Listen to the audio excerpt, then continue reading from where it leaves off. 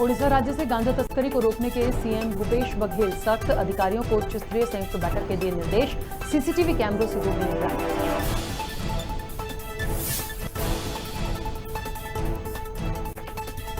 नरोत्तम मिश्रा से मिलने पहुंचे सज्जन सिंह वर्मा, दोनों नेताओं ने बंद कमरे में की मुलाकात। इससे पहले गोविंद सिंह, अजय सिंह और कांतिलाल भूरिया भी मिल चुके हैं।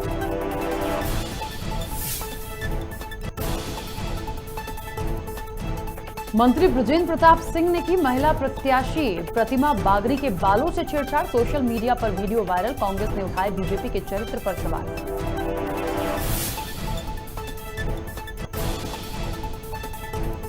उत्तर प्रदेश के शाहजहांपुर में दिन दहाड़े कोर्ट के अंदर वकील की गोली मारकर हत्या, आरोपी ने वकील के सिर में मारी गोली, आरोपी मौके पर तमंचा छोड़कर फरार।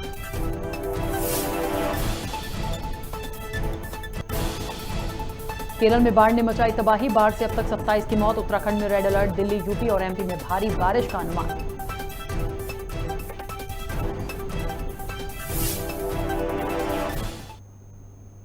नमस्कार, खबर भारत देख रहे हैं आप। मैं हूं आपके साथ राखी। खबरों की शुरुआत करेंगे। भाजपा ने कवर्धा और पत्थल गांव की घटना पर भूपेश सरकार को जमकर घेरा है। भारतीय जनता पार्टी के प्रदेश उपाध्यक्ष शिवरतन शर्मा और संजय श्रीवास्तव ने सरकार पर सवाल उठाए हैं। सरकार की कार्यप्रणाली पर सवाल उठाते हुए भाजपा ने घटनाओं की न्यायिक जांच की मांग की है। पत्थल गांव की घटना में मृत व्यक्ति के परिवार को 1 करोड़ रुपए और घायलों को 50 लाख मुआवजा देने की मांग की है। भाजपा उपाध्यक्ष शर्मा ने आरोप लगाया कि सरकार के संरक्षण में अवैध कार्य और अपराध फल फूल रहे हैं।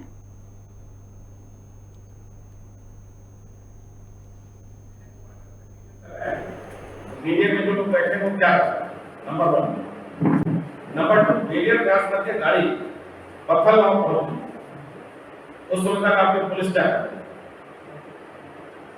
अगर छत्तीसगढ़ की उड़ीसा कभी की गाड़ी छत्तीसगढ़ की सीमा में आ गई तो कहीं ना कहीं आपकी कमजोरी है ना, आपके पुलिस की फेवर है ना।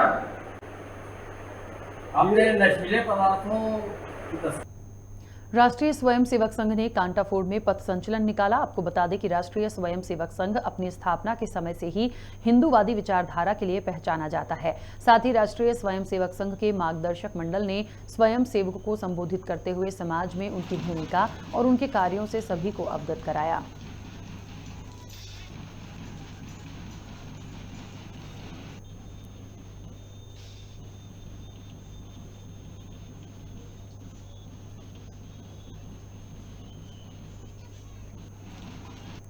ऊर्जा मंत्री प्रद्युम्न सिंह तोमर रामराजा सरकार मंदिर पहुंचे। आपको बता दें कि ऊर्जा मंत्री ने रामराजा सरकार के दर्शन करके मंदिर के बाहर सफाई की है। वहां दर्शन करने आए श्रद्धालुओं को कोई परेशानी ना हो, इसके लिए ऊर्जा मंत्री ने पानी साफ किया।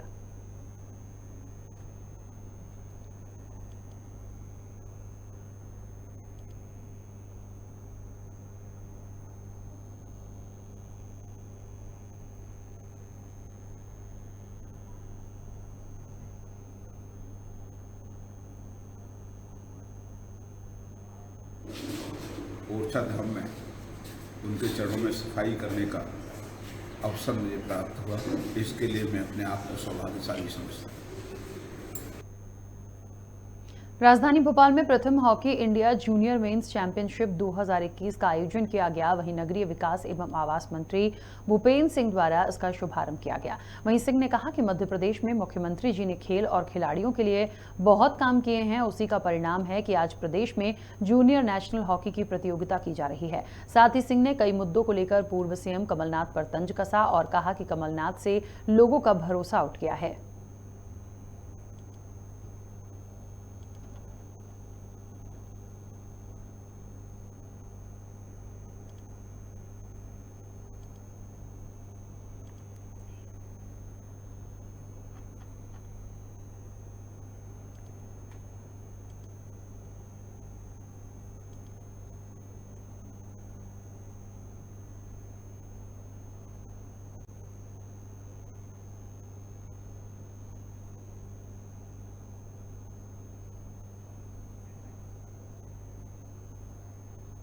छत्तीसगढ़ में सीएम बदलने को लेकर सुगबुगाहट तेज हो गई है। प्रदेश में राजनीतिक खींचतान के बीच स्वास्थ्य मंत्री टीएस सिंहदेव दिल्ली में डेरा डाले हुए हैं, लेकिन सरगुजा में हुई 7 बच्चों की मौत के कारण उन्हें अचानक रविवार को सरगुजा आना पड़ा।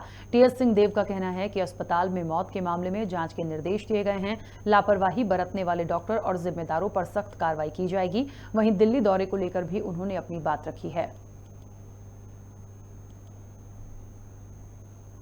दिल्ली आजकल तो दिल्ली जाइए तो एक ही बात से सबका ध्यान जाता है। दिल्ली जाना भी रहता है, कई कारण से दिल्ली जाना रहता है। वैसे मैं कल फिर जाऊंगा, दिल्ली जाऊंगा और ये सतत क्रिया प्रक्रिया है राजनीति। गृह मंत्री नरोत्तम मिश्रा ने कहा कि 24 घंटों में कोरोना के 6 नए केस आए हैं, 13 लोग ठीक होकर घर लौट गए हैं। किसान महापंचायत पर कहा कि किसान पंचायत की राजनीति हो या कांग्रेस की राजनीति हो, सब ना के बराबर हैं। प्रदेश की सब जनता समझती है। कश्मीर में हो रही घटनाओं पर गृह मंत्री ने कहा कि कश्मीर में जो घटना सामने आई वो काफी पीड़ादायक है। कश्मीर में हिंदुओं को आईडी देखकर मारा जा रहा है। वहीं हिट एंड रन के बढ़ते मामलों पर भी उन्होंने कहा कि दोषियों पर कठोर कार्रवाई की जाएगी। पिछले 24 घंटे में कोरोना के 6 नए प्रकरण संपूर्ण मध्य प्रदेश में आए हैं, जबकि ठीक होने के बाद अपने निवास की ओर, घरों की ओर, गंतव्य की ओर जाने वाले 13 लोग। मध्य प्रदेश के अंदर अब एक्टिव केसों की संख्या 102 है, 102, जबकि संक्रमण दर 0.01% है। रिकवरी की दर स्थिर है, 98.6 रिकवरी की दर है।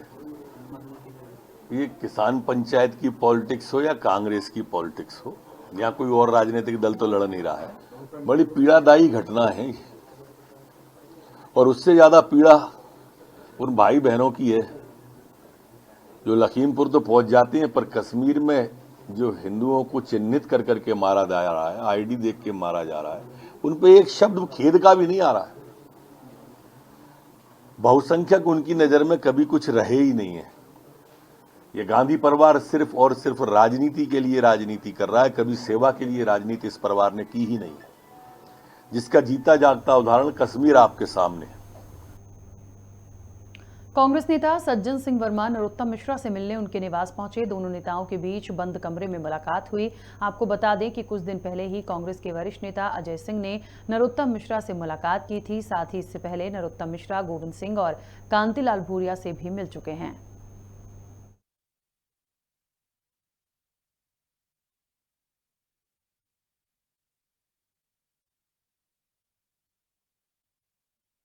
आज सौजन्य भेंट है सौहार्दपूर्ण वातावरण में, और हमारा सौहार्द कभी बिगड़ा नहीं, तो वातावरण तो जब भी हम मिलते हैं सौहार्दपूर्ण ही रहता है।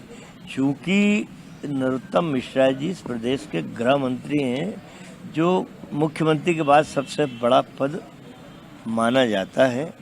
कई व्यक्तिगत काम एक दूसरे के हमसे पड़ते हैं, कुछ मध्य प्रदेश के हितों के संरक्षण की बात, वो चूंकि राजनीतिक चर्चाएं भी एक दूसरे से करना, आदान प्रदान करना बड़ा आवश्यक होता है। देखिए, विपक्ष और पक्ष दोनों का सामंजस्य भी जरूरी है और तालमेल भी जरूरी है, क्योंकि यदि एक पक्ष प्रबल होगा तो लोकतंत्र ढंग से चल नहीं पाता है। तो कई बातें थी, कई दिन से इकट्ठा हो गई थी मध्य प्रदेश के संदर्भ में, लॉ एंड ऑर्डर के संदर्भ में। तो आज नरोत्तम भाई का इत्तेफाक है कि वो भी भोपाल में, मैं भी भोपाल में, तो आज हमने समय निश्चित किया कि एक दूसरे से कुछ बातें राजनीति की भी शेयर कर लें, मध्य प्रदेश के संदर्भ में भी बात कर लें। मैं जब मंत्री था, नरोत्तम भाई भी सौजन्य भेंट के लिए आते थे, क्योंकि हमारा संबंध इतना प्रगाढ़ है।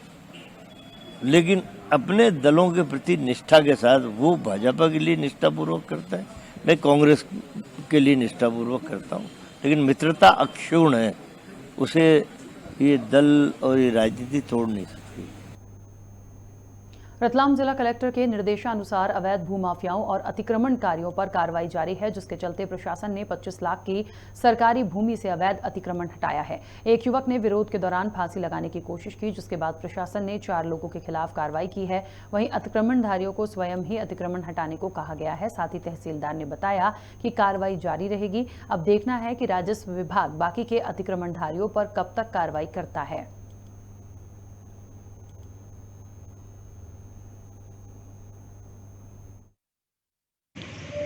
कलेक्टर महोदय के निर्देशन में अनुभाग सैलाना की टीम में, जिसमें राजस्व अनुभाग एसडीएम मैम थी, तहसीलदार साहब सैलाना और शिवगढ़, एसडीओपी साहब और थाना प्रभारी, सभी मतलब समस्त अनुभाग के लोग यहाँ उपस्थित थे। और जिसमें हम लोगों ने 7 व्यक्ति चिन्हित करे थे, जिसमें कि पक्की दुकानें थी, पक्की नई निर्मित दुकानें थी, जिस पर अतिक्रमण की कार्रवाई की। अंबिकापुर मेडिकल कॉलेज के एसएनसीयू में मौत का मामला इतना बढ़ गया है कि प्रदेश के स्वास्थ्य मंत्री टीएस सिंहदेव दिल्ली दौरे के अपने कार्यक्रमों को छोड़कर विशेष विमान से अंबिकापुर पहुंचे। टीएस सिंहदेव विमानतल से मेडिकल कॉलेज अस्पताल पहुंचे। यहां पहुंचकर स्वास्थ्य मंत्री ने सबसे पहले उस एसएनसीयू वार्ड का निरीक्षण किया, जहां पिछले कुछ घंटों में 5 नवजात बच्चों की संदिग्ध मौत हो गई है।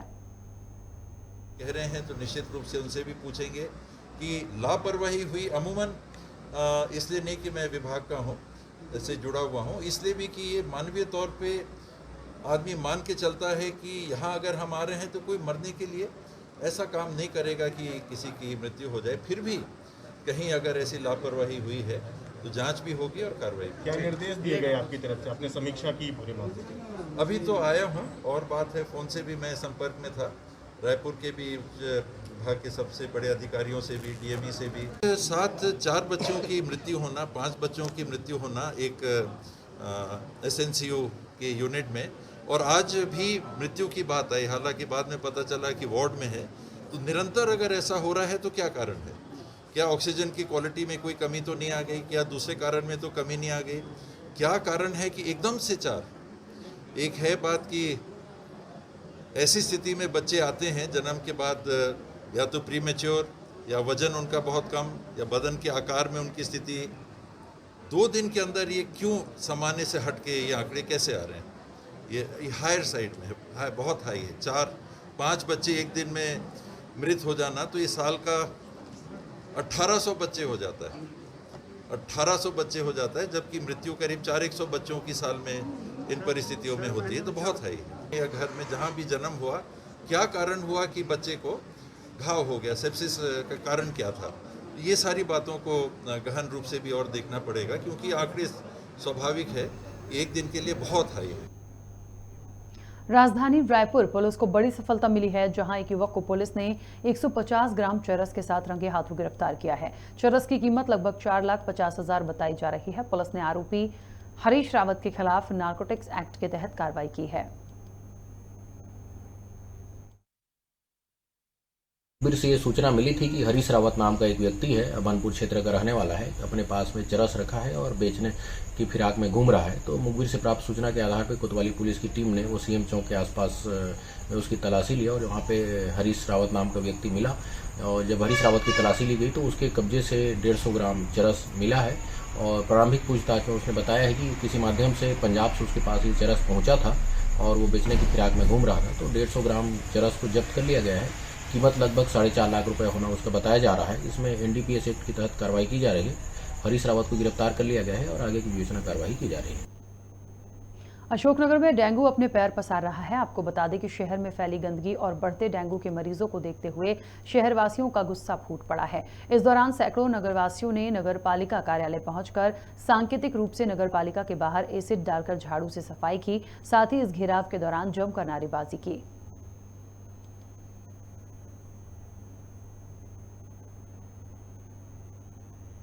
किसी को भी भर्ती करें आप और जांच करें तो उसकी सूचना, यदि डेंगू या किसी भी ऐसी बीमारी जो कि वेक्टर बॉर्न डिजीज है, उसकी सूचना हमको प्रतिदिन दिया करें। उसमें से कुछ तो दे रहे हैं, कुछ नहीं। दोबारा उनको एक्शन लेके और उनके लाइसेंस के लिए हम बोलेंगे मैडम ये इस तरीके से कोऑपरेट नहीं करते हैं, इससे बीमारी फैलने के चांसेस ज़्यादा होंगे क्योंकि हमको सोर्स नहीं पता चलेगा, और सोर्स नहीं पता चलेगा तो हम किस आधार पर इलाज कर पाएंगे। सबसे पहले तो हम डेंगू प्रवाह अभियान अभी दोबारा चला रहे हैं, तो अब आज और कल से और इसको बहुत तेज़ी से इसको एक हम अभियान चलाएंगे कि उसके तहत जहाँ जहाँ पानी और एकत्रित हुआ, अभी तक हम लोग नष्ट करते आए हैं लार्वा, तो फिर भी जहाँ जहाँ एकत्रित हुए हैं वहाँ पे हम इसकी लार्वा नष्ट करने की कार्रवाई करेंगे और फॉगिंग की और फ्रीक्वेंसी बढ़ाएंगे।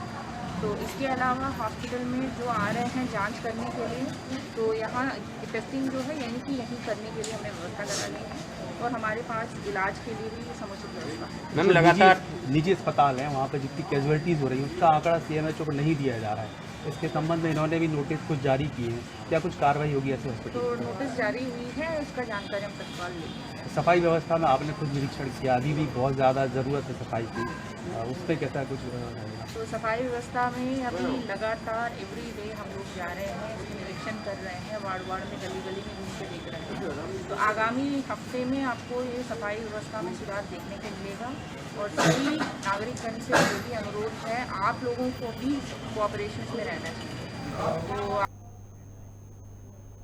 और इसी के साथ इस बुलेटिन में फिलहाल इतना ही। आप बने रहिए खबर भारत के साथ।